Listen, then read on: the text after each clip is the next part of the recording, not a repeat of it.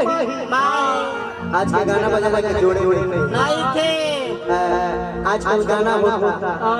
आजकल गाना कैसे बजा जाता घोप देम मुआ देम कोच देम कबार देम मुआ के पटक देम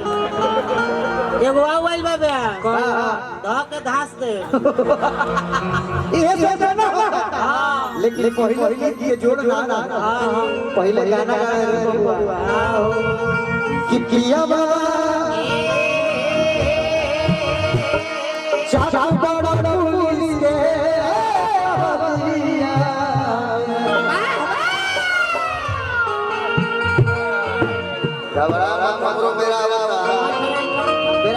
होता नाच हो रहे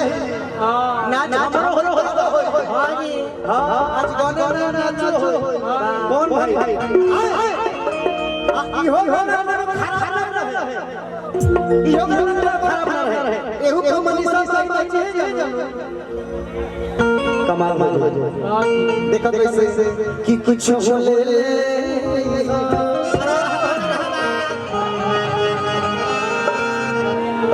कल सारी भाई ज्यादा बहुत बड़ी के हिलौले वाले वीडियो हार देखो नहीं दामरा मरे लगा बहुत अच्छा हमारे कि कुछ बोले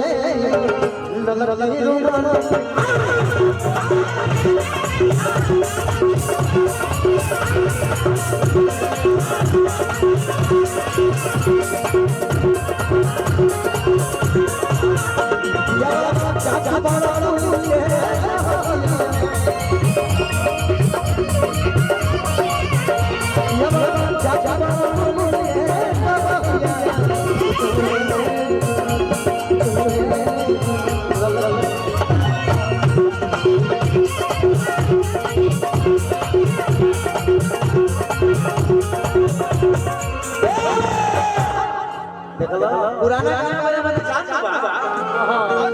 अब गाना सुन लो आज के गाना मेरा मर्दाना में समझ कि जा ध्यान से सुन लो सुनो आवाज कि जा समा के अरे देवरा चोरी चोरी गाना पर ध्यान दो कोई हाल करी कि तो जाए से पहले खालो खाना उठला से बेस गीत तो बड़ी हिट रहे गीत बड़ी उठलाली से रोटी बोर के कहीं मेहरारू नेटा मिलो तब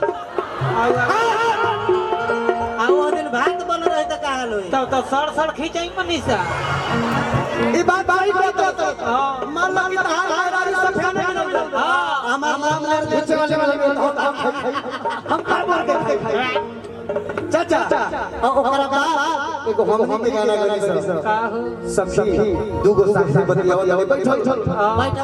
बैठा बैठा पुलस्ती मारो पुलस्ती आघट बल्ले बोलो हां ला तू हो आचर ला बतियावो बतियावो आओ भाई आओ ना वीडियो में बड़ा एक हिलावे साथवे रहो ए बाबू सखी क्या सखी हमारा साथी हां तहार साथी हमारा तहार एक साथ भाई एगो बात बताओ तहार बोलो काम करे एकर बोला मुआ सोयाबीन फैक्ट्री में काम करे गोली आवे ले एगो कहल कि हमारा सोयाबीन फैक्ट्री में बड़ा दूसर से कहता कि हमार वाला कौन रात आवे अब कहल उठ बिहान हो गइल ओ दबरा अपना मानना हो जी काहे कौन रात आवे उठ ले हाय बेला ना था हाय बेला ना था ऐसे धीरे धीरे कबाड़ी दे हां हो रहा ए बबुआ हां कैसे तुम किसान हम आवे खाली खाली वो रोटी बना के भाई भाई पे धर अब बेलना का मतलब कोई और पहुंचले बड़े बड़े हम कहां पहुंच सकते ए बबुआ आ गाना गाओ के अम्मा बात के चौकी आ खड़ा हो गए कराओगे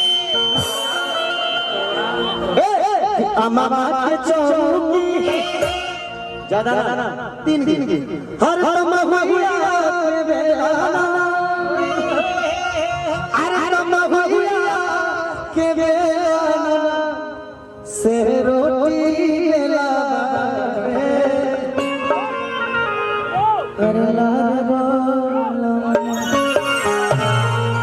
की बेलना हमें अरे ला मार को वर फेंकाया की बेलना हमें